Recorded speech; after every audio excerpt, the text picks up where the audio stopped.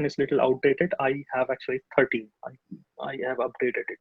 But Java is like forward compatible. If you are having the higher version, it will not mess up with your previous version of it. So this should be good enough. I think I have updated it just like few minutes back or so.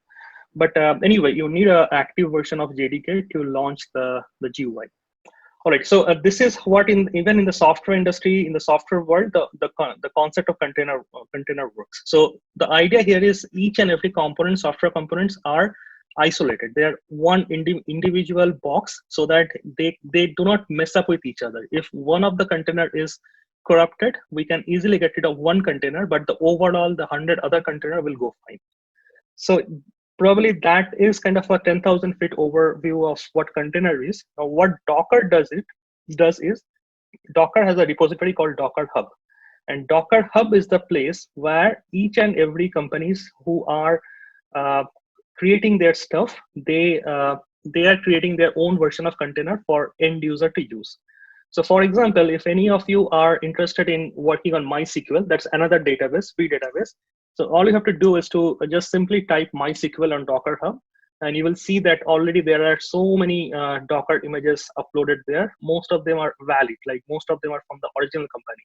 So this one has like 10 million plus downloads. That means it's a very, very standard image. So you can easily and safely download that and start using it.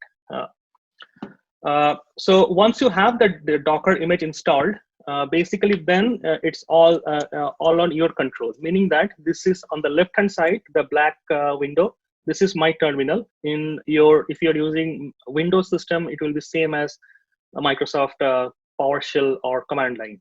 So here, if you issue the command docker images, it will tell you that what are the images you have. So I have a clean repository right now, but in real project, if you are developing your system all in a cloud native way, here could be like 15, 20 different images. And later on, if Professor Shah is okay, I will show you in some other time that how to have like 5 different Docker images and then create an app on top of it. So the class is just an abstract definition.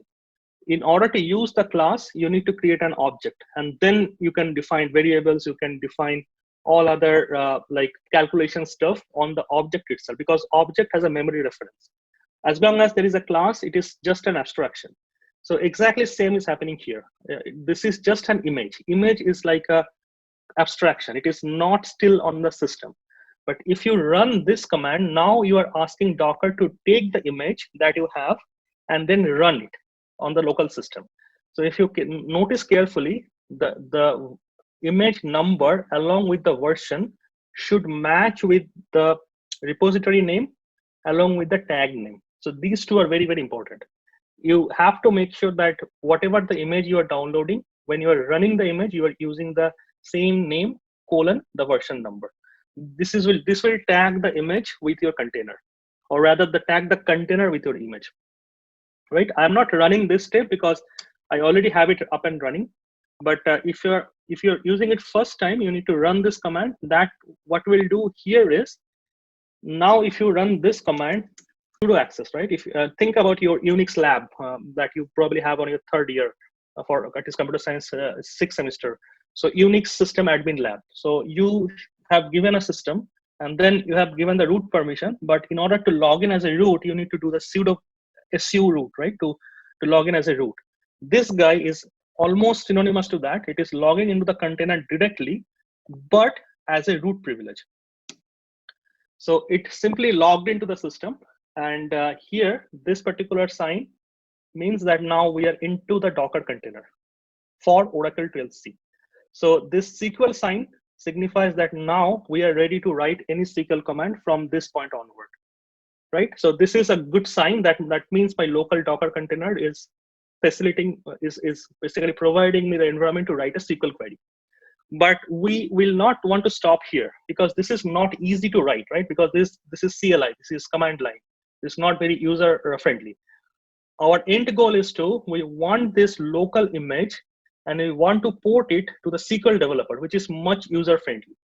But in order to do that, we need to create something called a dummy user, because ignore the error in this case. If you are doing it for the first time, it should work. Or you can you can create a user of your own name or something like that. So next step is you want to give full privilege to that user so that SQL developer can connect to that user.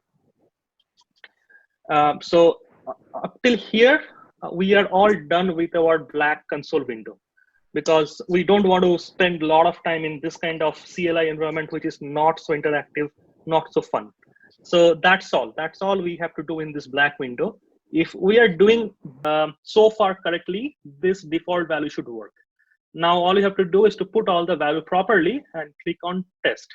If your test is successful, in this case it is successful, let's do this. Let's change the number to 1522 and test. See, it failed because something is not right. So this is the step where you want to make sure that all the configuration values are correct and your credentials, your host name, your port ID, everything is properly set. Then simply create on connect. It is saying that do you want to override the values? Let's not do that. Let's